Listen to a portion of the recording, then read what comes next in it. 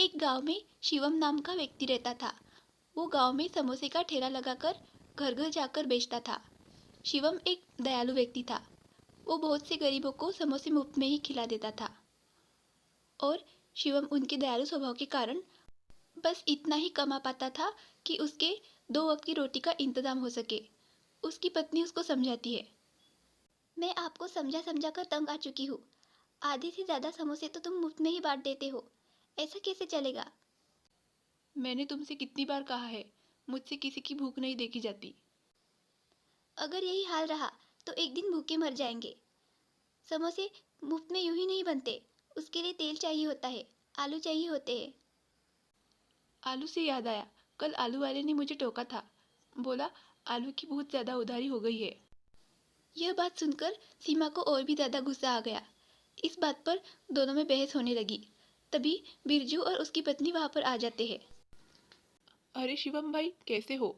सुना है कल मोहनलाल तुमसे बड़ी अकड़ में बात कर रहा था कि तुमने उसके 1 महीने के पैसे नहीं दिए हैं। अगर कुछ दिनों तक तुमने पैसे नहीं चुकाए तो वो तुम्हारा ठेला भी जब्त कर लेगा। बिरजू की बात सुनकर सीमा की आंखों में आंसू आ गए और वह बिरजू से बोली, भाई साहब, आप तो इनके दोस्त हैं, आप ही इन्हें कुछ क्यों नहीं समझाते।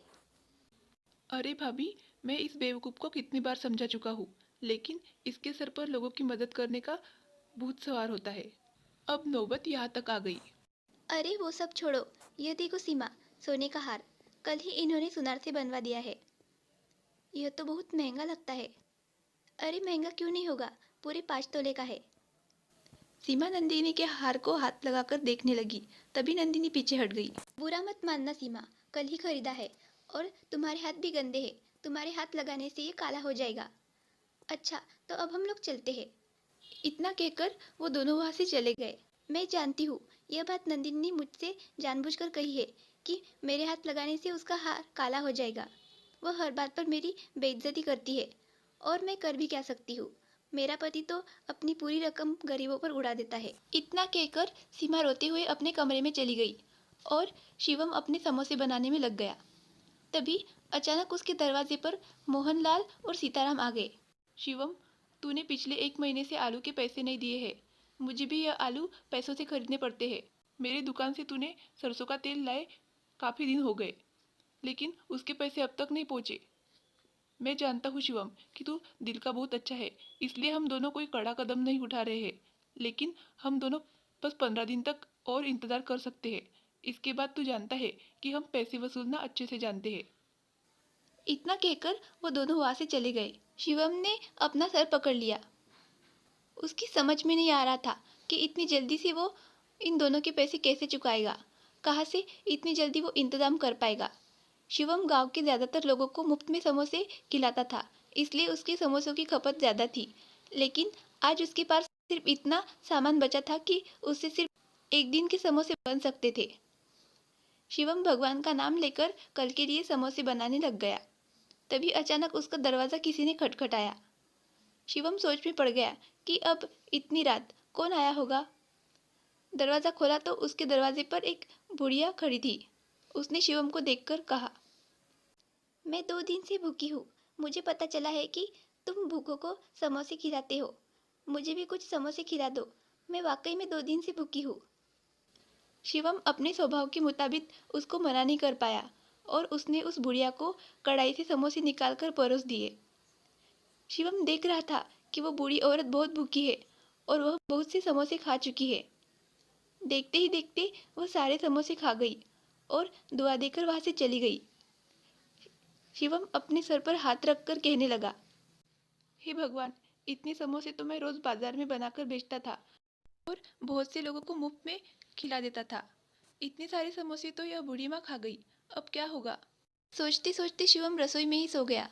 वह गहरी नींद में सो रहा था कि सुबह के वक्त अचानक एक चमत्कार हुआ। उसके घर के सारे बर्तन समोसे से अपने आप भर रहे थे। देखते ही देखते पूरा किचन समोसे से भर गया। पूरे किचन में समोसे ही समोसे भर गए। शिवम की जब सुबह सुबह आँख खुली तो वो ये देखकर हैरान हो गया। उसने तुरंत अपनी पत्नी सीमा को उठाया। सीमा ने जब देखा कि पूरा किचन समोसे से भरा हुआ है तो उसे बहुत ही आश्चर्य हो रहा था। इतने सारे समोसे तो हम 1 महीने में भी नहीं बना पाते। यह कहाँ से आए? शिवम ने कल रात की सारी बात पत्नी को बताई और वो दोनों समोसे इकट्ठा करने लग गए। तभी शिवम की नज़र एक समोसे पर पड़ी जो अलग ही तरह से चमक रहा था, मानो उससे कुछ रोशनी निकल रही हो। शिवम ने जैसे ही उस समोसे को तोड़ा तो समोसे के अंदर से हीरे गिरने लगे। ये देखकर दोनों की खुशी का कोई ठिकाना नहीं रहा। आप सही कहते थे, आपके दयालु स्वभाव के कारण खुश होकर भगवान ने आपकी मदद की है। उस दिन शिवम उन हीरो को शहर बेचकर आया और वह समोसे का ठेला लगाकर मुफ्त में ही बांटने लगा। देखते ही देखते शिवम बहुत अमीर होने लगा। अब रोज सुबह शिवम की जब आँख खुलती तो उसको किचन पूरा समोसे से भरा हुआ मिलता और उन समोसे में से एक समोसे में हीरे मिलते। देखते ही देखते शिवम गांव का सबसे धनी व्यक्ति बन गया। फिर एक दिन सवेरे शिवम की आँख खुलते ही उसको वो बूढ़ी औरत दिखाई दी। तुम्हारे दयालु स्वभाव के कारण ही मैंने तुम्हारी मदद की है। मैं तुम्हारी परीक्षा उस दिन लेने आई थी। तुम्हारे पास सिर्फ एक दिन के समोसे थे और ऊपर से उधारी, फिर भी तुमने मुझे समोसे खिलाए। तुम लोगों की ऐसे ही मदद करते रहना। ये मेरा आखिरी दिन था। मैं अब इतना धनवान बन गया हूँ कि सारी जिंदगी मुफ्त में समोसे बना के खिलाता रहूँगा तो भी मेरी दौलत कम नहीं होगी। इसके बाद वो बूढ़ी औरत मुस्कुराकर वहाँ से गायब हो गई।